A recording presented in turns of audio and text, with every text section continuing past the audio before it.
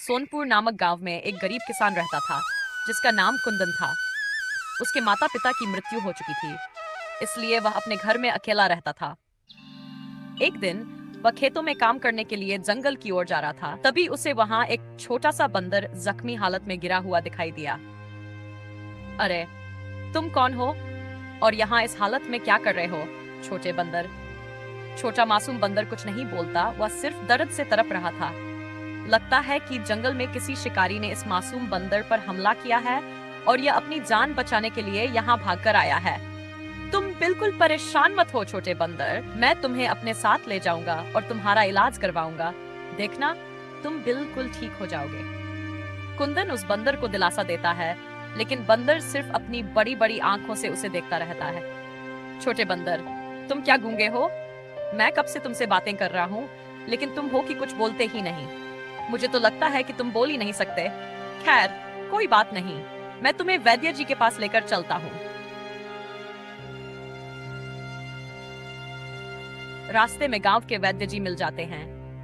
अरे कुंदन, कहाँ जा रहे हो इतनी जल्दी में? और ये बंदर तुम्हें कहाँ से मिला?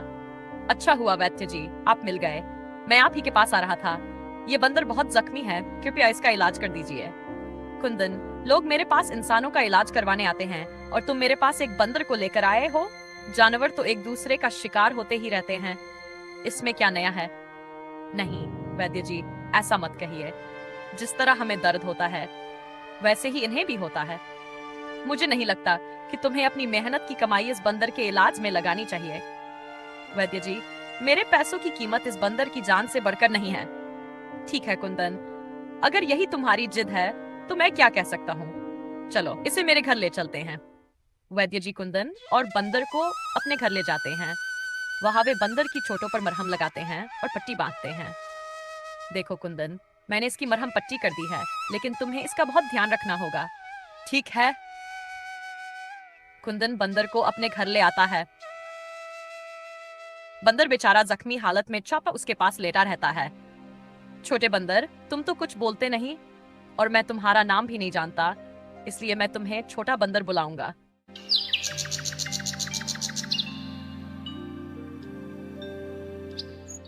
दिन गुजरते जाते हैं और कुंदन उसी तरह छोटे बंदर की सेवा करता रहता है, जिससे बंदर धीरे धीरे ठीक हो जाता है। छोटे बंदर, अब तुम पूरी तरह से ठीक हो चुके हो। अब मुझे लगता है कि तुम्हें तुम्हारे परिवार के पास पहुंचा देना चाहिए। चलो, मैं तुम्हें जंगल में छोड़ आता हूँ। कुंदन बंदर को लेकर जंगल की ओर जाता है। देखो छोटे बंदर, तुम्हारा जंगल आ गया, अब तुम अपने परिवार के पास चले जाओ। मुझे यकीन है कि तुम्हारे परिवार वाले भी तुम्हें ढूंढ रहे होंगे। लेकिन यह सुनकर बंदर उसकी गोद से उतरता ही नहीं। छोटे बंदर, अब तुम जंगल में अपने परिवार के पास जाओ। कुंदन की बहुत कोशिशों के बाद भी बंदर उसकी गोद से उतरने को तैयार नहीं होता।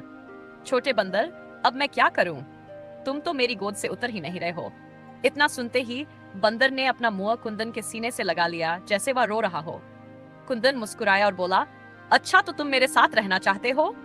फिर वह खुद से कहता है, वैसे भी मेरे घर में मेरे अलावा कोई नहीं है। अच्छा ही है, अब मुझे तुम्हारे रूप में एक साथी मिल जाएगा। कुंदन बंदर को अपने घर वापस ले आता है और फिर वे दोनों साथ रहने लगते हैं। अब बंदर भी कुंदन के हर काम में उसका हाथ बटाने लगता है।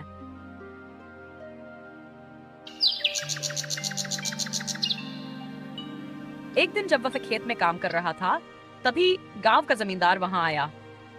सुन कुंदन, आज के बाद मैं तुझे इस खेत में काम करता ना देखूं। ये जमीन मेरी है और अगर दोबारा तूने यहाँ खेती करने की कोशिश भी की तो तुझे इस गांव से निकाल दूंगा। कुंदन गरीब होने के साथ ही बहुत सीधा भी था। उसने बिना कोई विरोध किए वहां से जाने का फैसला कर लिया।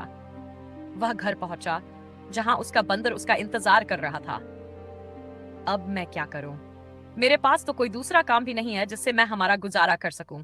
कुछ देर सोचने के बाद उसने फैसला किया, अब उसे अपना गांव छोड़कर किसी और जगह काम की तलाश करनी होगी। कुंदन अपने बंदर को साथ लेकर एक नए राज्य की ओर चल पड़ा। चलते चलते वे जंगल में पहुंच गए।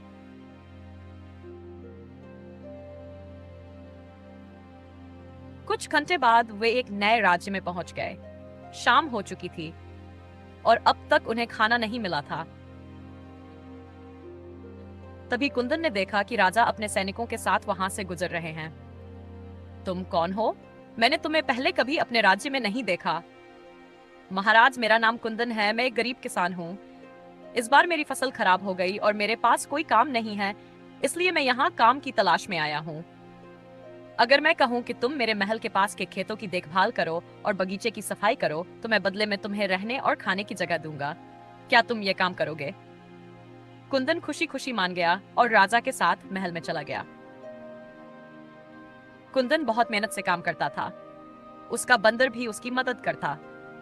राजा कुंदन की मेहनत और ईमानदारी देखकर बहुत खुश हुआ।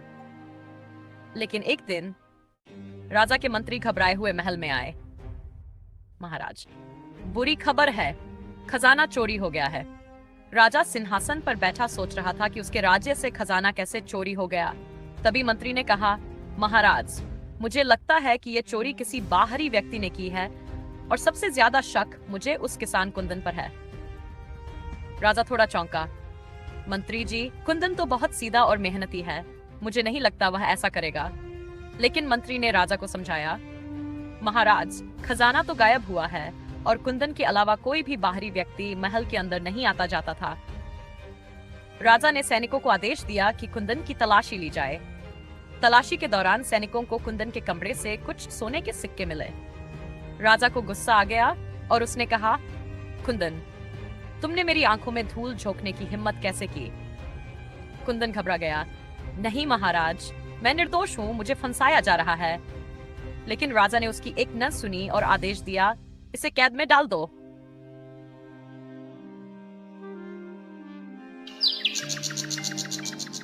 तीन दिन बीत गए, कुंदन जेल में था। तभी उसका वफादार छोटा बंदर राजा के पास आया और हाथ जोड़कर बोला, महाराज, मैं जानता हूँ कि आपका खजाना कहाँ है और इसे किसने चुराया है, लेकिन पहले आपको कुंदन को रिहा करना होगा। राजा हैरान हुआ। बंदर, तुम बोल सकते हो? बंदर बोला, महाराज, मैं हमेशा से बोल सकता था, लेकिन जरूरत पड़ने पर ही बोलता हूँ। राजा ने कुंदन को रिहा किया और पूछा, अब बताओ, मेरा खजाना कहाँ है? बंदर बोला, महाराज, खजाना महल के पीछे की गुफा में छुपाया गया है और इसे किसी और ने नहीं, बल्कि मंत्री जी ने चोरी किया है। राजा क्रोधित हो उठा। मंत्री जी, यह सच है? मंत्री ने घबराकर कहा, नहीं महाराज, यह बंदर झूठ बोल रहा है। चलो, उस गुफा की तलाशी लो। जब सैनिक गुफा में पहुंचे तो वहां सच में खजाना छुपा हुआ था। राजा ने गुस्से में मंत्री से कहा, तुमने मेरी आंखों में धूल झोंकने की कोशिश की, लेकिन इस छोटे बंदर ने तुम्हारी साजिश का पर्दाफाश कर दिया। अब तुम्हें इसकी सजा मिलेगी। राजा ने मंत्री को जेल में डालने का आदेश दिया और घोषणा की, अब से कुंदन इस राज्य का नया मंत्री होगा। कुंदन ने राजा को प्रणाम किया और छोटे बंदर को गले लगाकर कहा, धन्यवाद मेरे छोटे साथी, तूने मेरी जिंदगी बचा ली। राजा ने भी छोटे बंदर की तारीफ की और कहा, ऐसे वफादार साथी बहुत कम मिलते हैं। मैं तुम्हें राज्य का संरक्षक नियुक्त करता हूँ। बंदर खुशी से कूदने लगा। वीडियो कैसी लगी कमेंट में बताओ, और अगर ऐसी ही दमदार कहानियां समय पर देखना चाहते हो तो सब्सक्राइब जरूर करो। हर रविवार और बुधवार को ठीक 7:47 पर नई कहानी मिलेगी।